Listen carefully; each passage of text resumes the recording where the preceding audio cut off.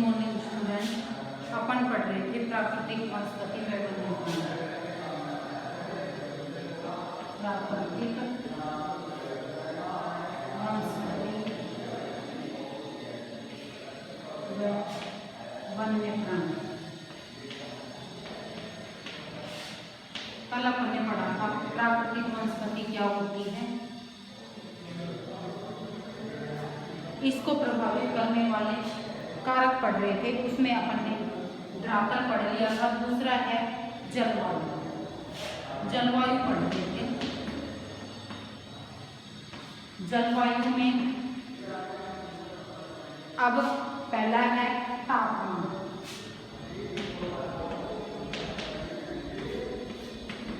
अब इसमें देखो, जहां पर तापमान अत्यधिक होता है वहां पर कुछ झाड़ियां ही उगती हैं। जैसे आपने, मैंने कल भी बताया था तुम्हें, जैसे आपने यहाँ भारत में मरुस्थलीय क्षेत्र है, उसमें तापमान अत्यधिक रहता है तो उसमें छोटी झाड़ियां ही उगती हैं।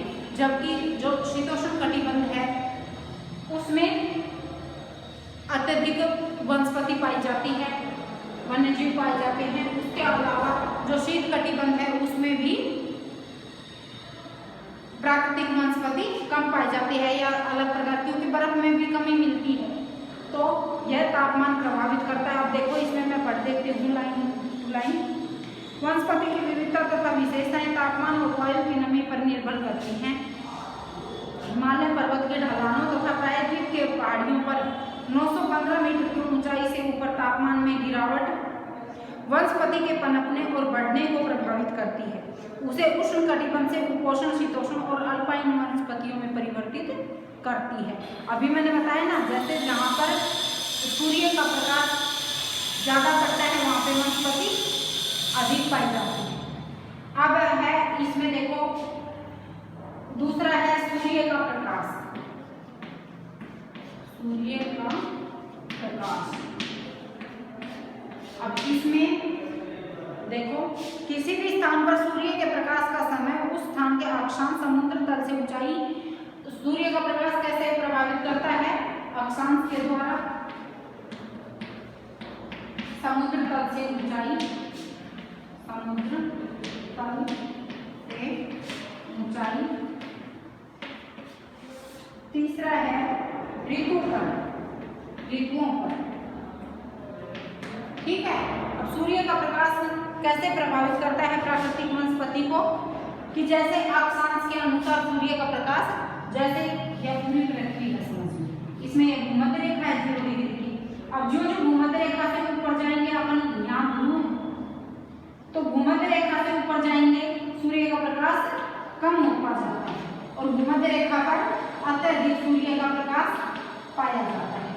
इसलिए वनस्पति भी इसी प्रकार से प्रभावित होती हैं कि जो जो अपन उच्च अक्षांशों में जाएंगे सूर्य का प्रकाश कम होता जाता है तो वहां पर उसी प्रकार की वनस्पति पाई जाती है। ठीक है। दूसरा है समुद्र तल से ऊंचाई। ऊंचाई में जाते हैं, तापमान घटता जाता है तो वो भी इसी प्रकार से प्रभावित करता है। ठीक है।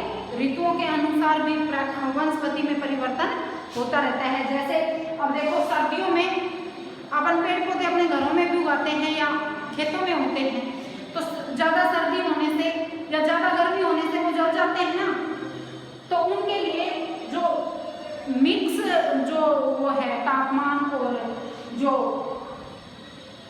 ये टेम्परेचर है वो मिक्स होना चाहिए, न ज्यादा गर्मी न ज्यादा सर्दी। तो इसीलिए जो ये बसंत ऋतु आती है उसमें तापमानों में नहीं, सॉरी तापमानों में नहीं, इसमें वनस्पति में अत्यधिक वृद्धि होती है। ठीक है। अब आगे है वर्षण, इसके बाद है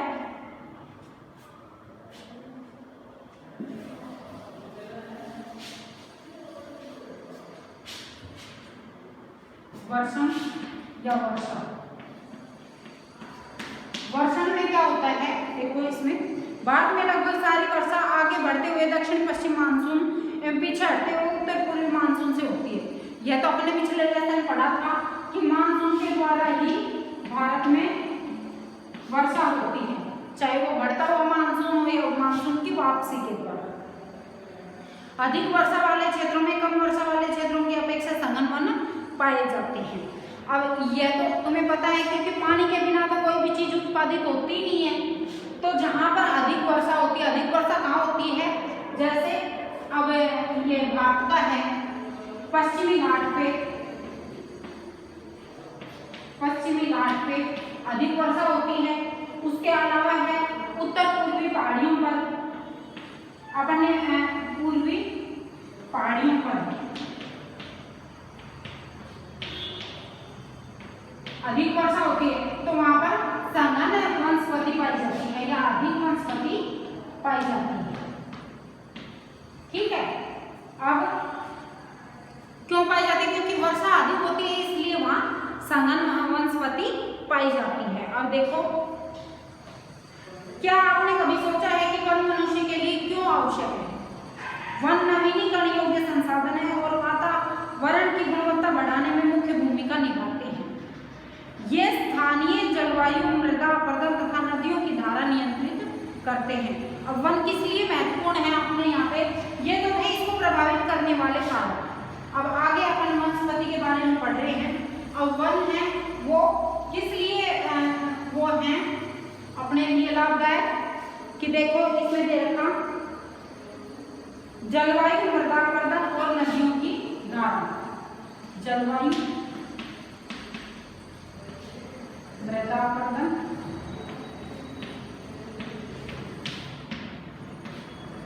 और तीसरा है इसमें नदियों की धारा।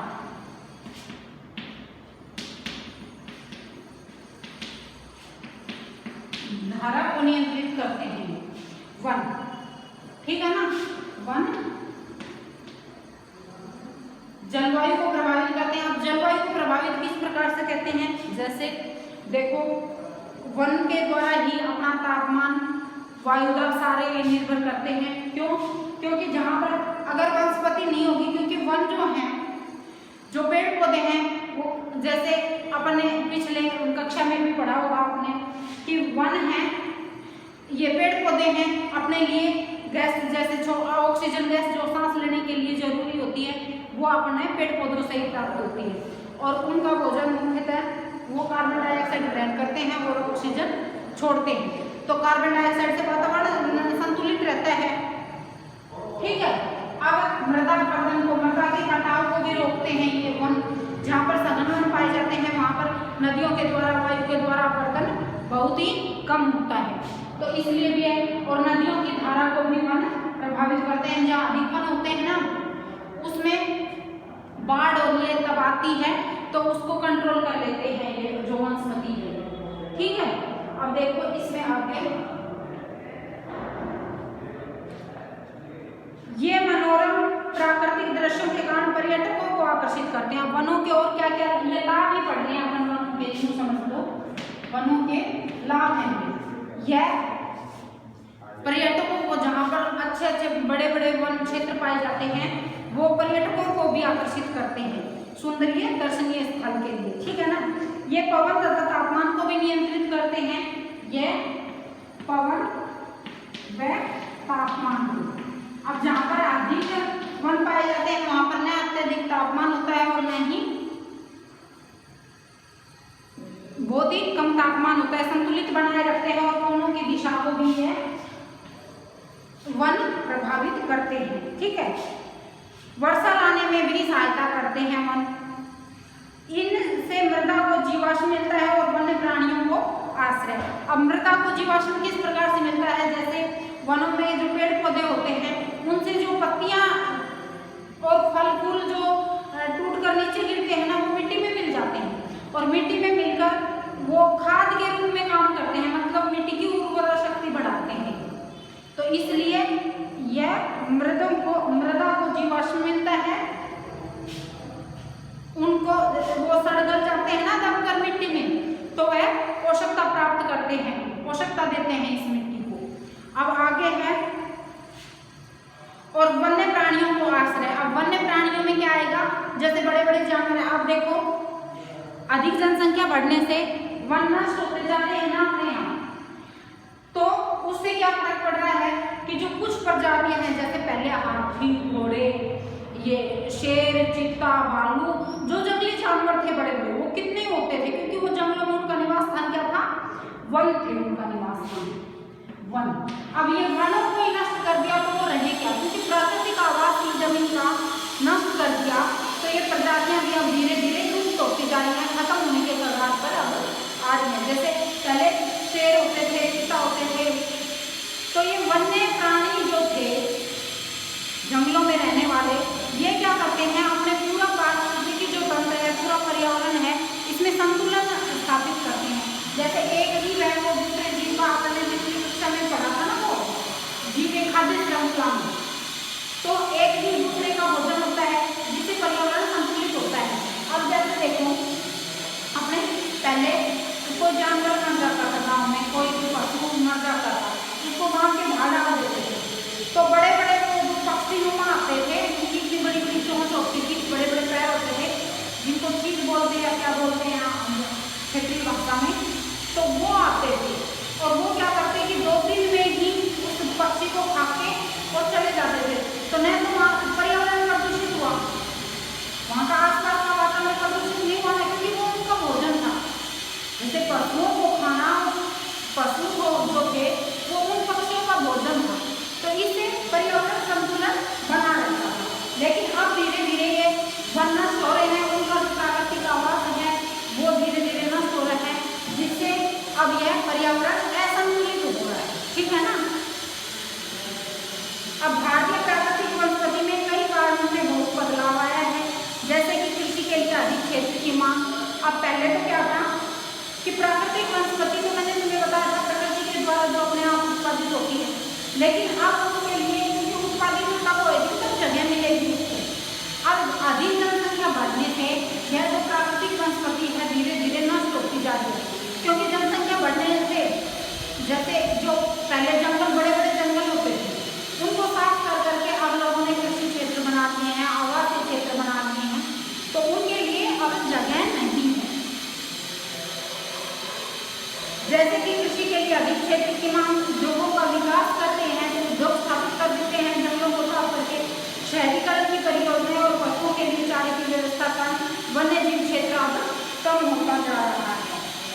सन 2003 में वनों का कुल क्षेत्रफल 68 लाख किलोमीटर था। कितना था वनों का कुल क्षेत्रफल? 68 लाख वर्ग किलोमीटर। लेकिन धीरे धीरे अब ये कम होता जा रहा है। भारत के बहुत से भाग में वन क्षेत्र सही मायने में प्राकृतिक नहीं है। कुछ आगम्य क्षेत्रों को छोड़कर, जैसे हिमालय, आगम्य क्षेत्र क्या होता है? जहाँ जाना आसान नहीं है। आगम्य होता है जहाँ पर पहुँचना मुश्किल होता है, अपनी पहुँच से बाहर होता है। जैसे पहाड़ी क्षेत्र, जैसे हिमालय क्षेत्र है। अब हिमालय इतना ऊंचाई पे ऊंचे पहाड़ है वो, तो उन पे हर आदमी नहीं चढ़ सकता ना, तो वो क्या हो जाएगा? आगम्य। ठीक है। भारत के बहुत से भाग में वन क्षेत्र सही मायने में प्राकृतिक नहीं है। कुछ आगम्य क्षेत्रों को छोड़कर, जैसे हिमालय और मध्य भारत के कुछ भाग तथा मरुस्थल जहाँ प्राकृतिक वनस्पति है, शेष भागों में मनुष्य के हस्तक्षेप से प्राकृतिक वनस्पति आंशिक या संपूर्ण रूप से परिवर्तित हो चुकी है, फिर भी बिल्कुल निम्न कोटि की हो गई है। अब इसमें क्या बताया गया है कि कुछ क्षेत्र ऐसे हैं जहाँ प्राकृतिक वनस्पति पाई जाती है, वहाँ पर वन आगम्य है। जैसे अब हिमालय क्षेत्र, अब इसमें प्राकृतिक वनस्पति तो पाई जाती है पहाड़ों पर, लेकिन यहाँ पर पहुँचने दूर है। अब मरुस्थलीय क्षेत्र है। अब और जो ये निम्न पहाड़ियाँ पाई जाती है मध्य भारत में, अपन ने पिछले लेसन पढ़ा भी था ना भौगोलिक क्षेत्र में, तो इससे क्या फर्क पड़ रहा है कि जो प्राकृतिक वनस्पति है वो जनसंख्या अधिक बढ़ने से, या कृषि क्षेत्र में मानव ने यूज कर लिया उसको, या शहरीकरण हो गया है, शहरों का विकास, या उद्योगों का विकास कर दिया है, वहाँ पर उद्योग स्थापित कर दिए हैं, तो यह प्राकृतिक वनस्पति नष्ट होती जा रही है और इससे पर्यावरण में असंतुलन पैदा हो रहा है। अब आगे है पारिस्थितिकी तंत्र, यह हम कल पढ़ेंगे।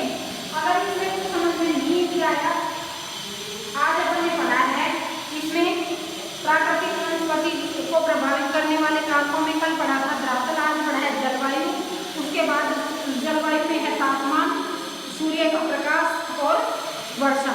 और इस प्राकृतिक वनस्पति से क्या क्या हानियां, ये तो हम लोग लाभ हो रहे थे अपन को। और हानियां क्या क्या है इनमें पढ़ा है कि शहरीकरण का अधिक मृदा अपरदन, जैसे ये अपन ने अभी पढ़ा था, मृदा अपरदन को रोकती है, नदियों की धारा को प्रभावित करती है, तापमान को प्रभावित करती है ये वन्य जीव। अब उसके बाद इसकी हानियां क्या क्या है, या किस प्रकार से यह प्रभावित प्राकृतिक वनस्पति है, किस प्रकार से प्रभावित हो रही है, जनसंख्या अधिक बढ़ने